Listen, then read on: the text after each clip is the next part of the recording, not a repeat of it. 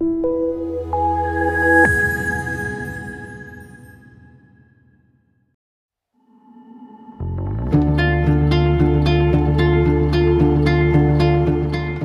RDX 2025. Reece, talk us through some of the aspirations for the team as far as racing is concerned. I think we had quite a successful year last year. We won some pretty big races. I think there were one or two that kind of got away from us that we thought we probably could have sort of taken. So I think this year we'll be aiming to build on the foundation which we said last year. I think we have a much stronger team this year than last year.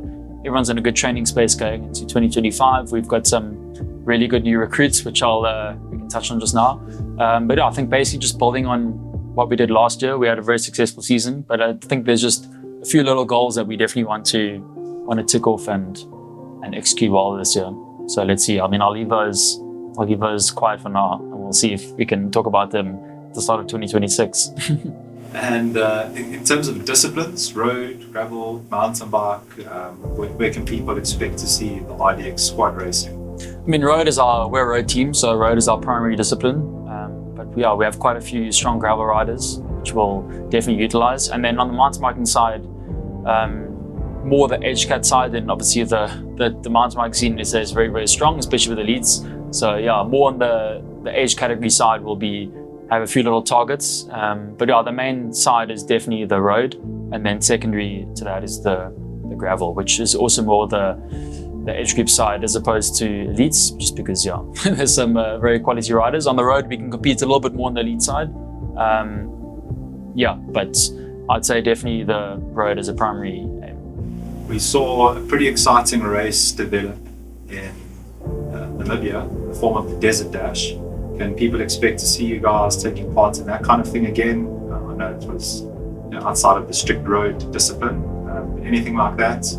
Are you going to go and defend second spot at the DC? Do you know yet?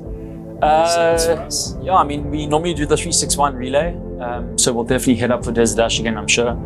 I think we had a good year in 2024. We had a good go at Desert Dash.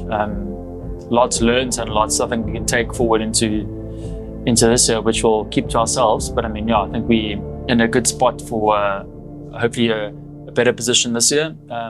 We'll definitely be, I'm sure, doing DC again. But the main kind of team events I'd say are 361 and Desert Dash that we'll do. And as far as the team is concerned, there's obviously been some movement there, some new recruits have joined. Can you take us through some of the top line updates to the RDX team?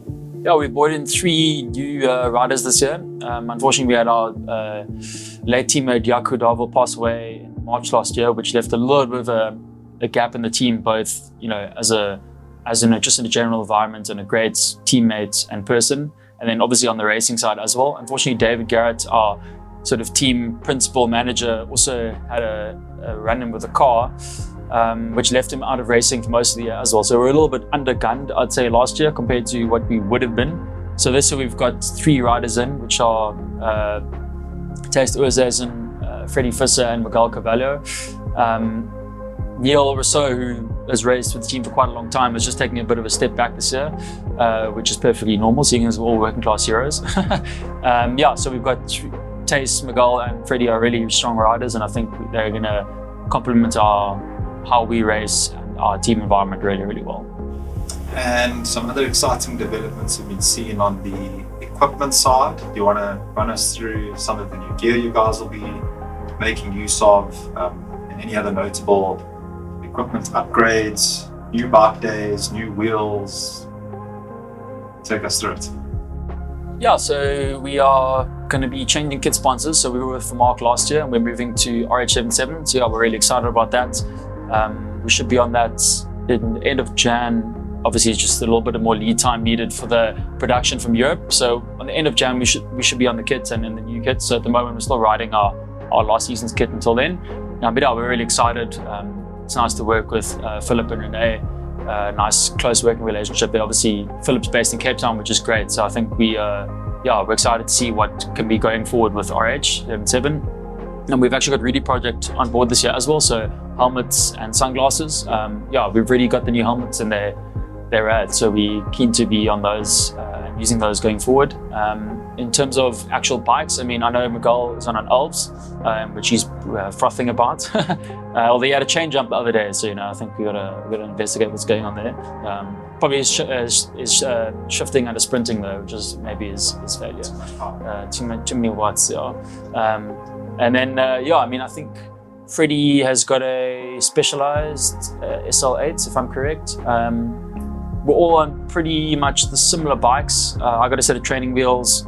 Yeah, the Factor which I got last year is really cool. I'm really enjoying the Black Ink wheels. I got a set of training wheels just because the deep sections in our lovely Cape Town wind can be a bit spicy for relaxed riding. So yeah, the training wheels have actually been really great. So I got some 20 mils, which are super comfortable. So yeah, it's actually, I think, improved my handling a little bit because I can just go on a little bit better in the wind. And now going back to the deep sections this week, I've actually felt way more stable. So I don't know if there's anything to that, but it has felt great. So yeah, I'm ready to race this year, and I think we all are ready to give it a good go.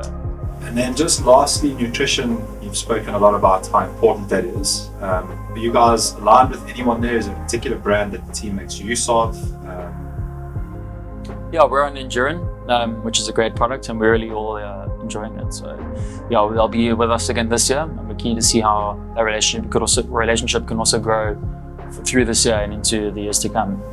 It'd be great in races to come to maybe look at what some fueling strategies were using Endurin products. Like, this was the race, this was the duration, this is how fueling was perceived, and seeing if there were, how that's dialed up or down with the teams. So maybe a future piece to look at there, without Endurin, whatever. I know that's like the froth of the group ride, Monday or Tuesday after every race. Yeah, I think that's pretty much it. Anything else you want to add from RDX? Yeah, I mean, obviously we're really excited to have Christo sponsoring the team again with RDX, Realty, Dynamix, and Tourville Investments. Those are two titles, but also the primary sponsors. Yeah, he actually lives in Swakop, and after his dash, we had a nice little care at his place. He has a beautiful house on the beach there. And we actually had a nice team ride on Sunday with him as well. He gave us a good go in some of the sort of signboard sprints that we normally do as a little bit of fun.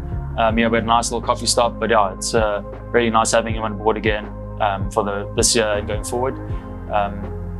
Yeah, and I think we have a great management staff as well with Mark and Helga Lowe. Yeah, they're sort of help with the management side, driving the team car, which is always it can be, I think, a very boring task. So yeah, I know Mark loves it, but it's great to have both of them on board from the sort of management admin side.